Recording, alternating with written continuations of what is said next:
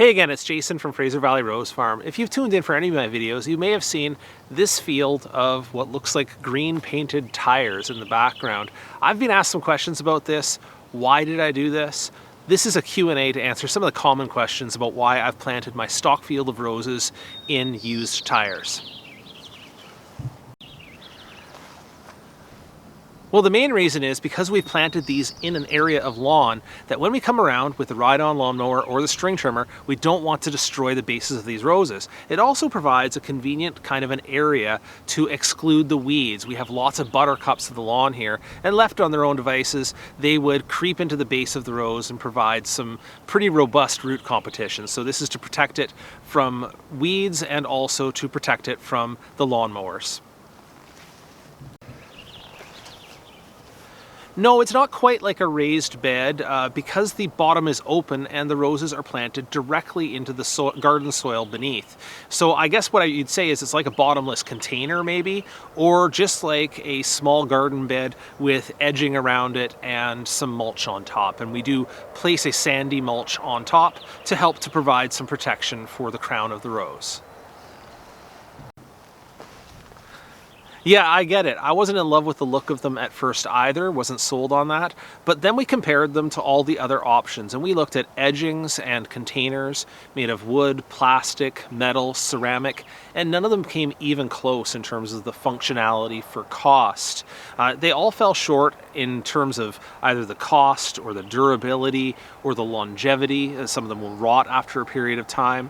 And of course, you know, it just does come down to that thing of if you're reusing something that was for another purpose and it suits this just fine, then why not? In fact, my wife actually got a neat little discount on her tire changes when she offered to load up the back of the van with some of their used tires because they otherwise have to pay to get rid of these. So for us, it just turned out to be a very practical solution that could be quickly implemented at minimal cost while reusing something that was otherwise waste. I'm going to say so far so good. We've had them in place or started putting them into place about 3 years ago, and we've been progressively moving our stock roses into them. They have provided a really good barrier to that lawn mowing equipment. You just bounce against them and there's no damage or harm to the roses. In addition to those benefits, it's actually wound up being a pretty convenient place, a way to target the mulch and the fertilizer applications around the top of the rose, and has even provided a nice spot for us to mount our ID tags for the roses as we want to identify them for shoppers on the farm. In terms of weeds, it hasn't turned out to be a perfect barrier because you're not actually digging it into any depth. You're more or less removing the grass and then just laying it on top. So there are creeping grasses and creeping buttercups that can bridge that 6 or 8 inches underneath the tire and get in there. But I will say it has been generally pretty effective on all of the annual weeds, and because we have that mulch in there, it's pretty easy for us to pull out those ones that creep underneath. I'm going to say it's given us about 90 to 95% weed control. I'll give you some footage here so you can have a quick look at how it's doing. Yeah, a couple of unexpected advantages. We had a colder than usual winter for our area here, and having the tire around the crown and a mulch underneath actually provided some additional protection to the base or the crowns of these roses. Snow would accumulate in there and it just sort of held up pretty good over the winter. So even though, as I showed in a video earlier, we had some pretty substantial top damage to the roses, some blackening off of the stems, just about everything in the field here, with the exception of, say, one weakling, everything else has shot back up strong shoots from the base by now. So I'm pretty happy with the way it's offered winter protection. The other thing that's been kind of an unexpected advantage is that it's helped with moisture retention on the roses. I'm obviously can target my waterings fairly easily into these tires, but because of the tires themselves and the mulch at the base of the roses, it actually holds on to that moisture really, really well between waterings. So I'm not having to be out here every day watering. It's usually, even in the heat of summer, like once a week.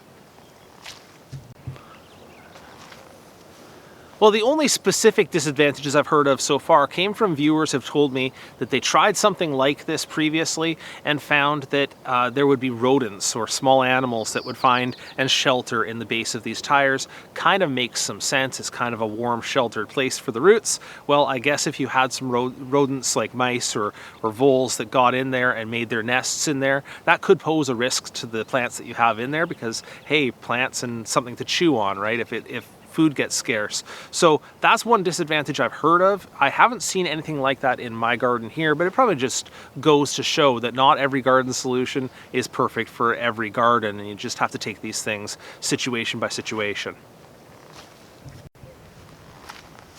Okay, let me show you here as I dig in a new one.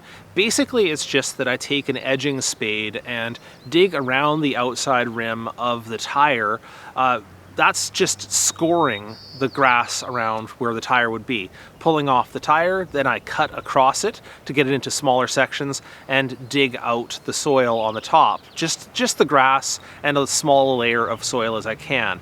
Dropping the tire into that impression now, all there would be to do now to plant a rose would be to dig a hole in the center, put the rose in, backfill, and then add a mulch. And the mulch that I'm using is more or less just composted wood bark plus some sand. This comes from a local topsoil supplier, and this is just going to serve as a mulch that covers off the crown of the rose and protects it a little bit and helps to retain moisture inside of the tire. Well, this is an interesting topic, and I'm not going to address it from scratch here or at any great length, but I did come across an article written by Robert Pavlis from Garden Fundamentals, which is a channel I appreciate a lot, and also his writing about garden myths is fantastic.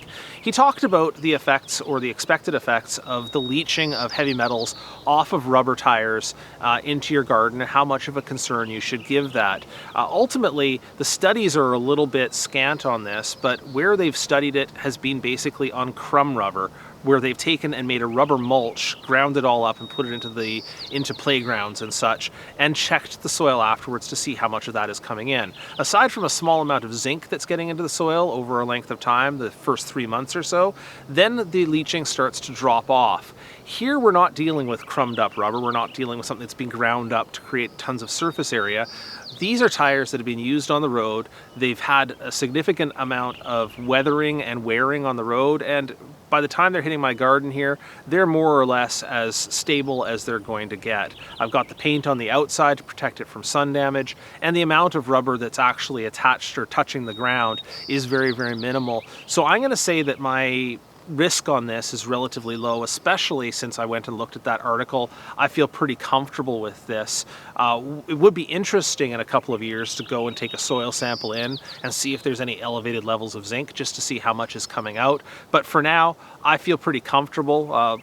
There are plants that live on roadsides as weeds that are dealing with all of the wear and tear off of these tires, including oil and spills and asphalt and everything else, and they're doing just fine. So I'm not terribly concerned about the health of the plants, and I'm not eating these plants. They're not for human consumption. I'm just using them as mother plants to produce other roses. So not such a big deal as far as I'm concerned, but I guess time will tell.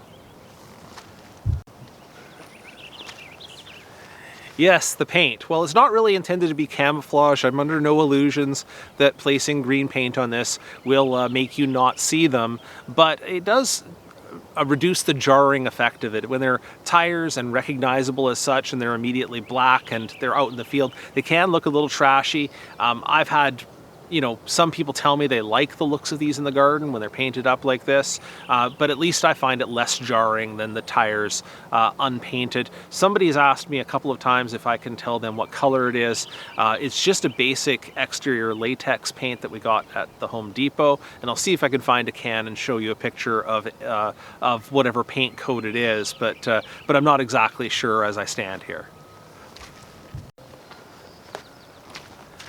Yeah, most farmers would take the traditional approach of creating a hilled up row of soil and planting the roses as their stock plants in that area. Much like next door here, we have a blueberry farm that has done the exact thing with blueberries. The problem that I had with that approach just came down to a couple of things. First of all, you have to dedicate a heck of a lot of space to that. I mean, a dedicated space for tractor access on either side of this hill, and then maintaining it weed free. I mean, to be just blunt about it, most of the blueberry growers handle that by heavily spraying herbicides through those alleys between the rows every year, maybe twice or three times a year. So it's not something I wanted to engage in. It also does take it from the landscape. Here, these are in the landscape of the yard, and my customers can come here as they visit the farm and they can view these rows of plants and they can look at the roses and decide which ones they want. It's kind of a park-like setting.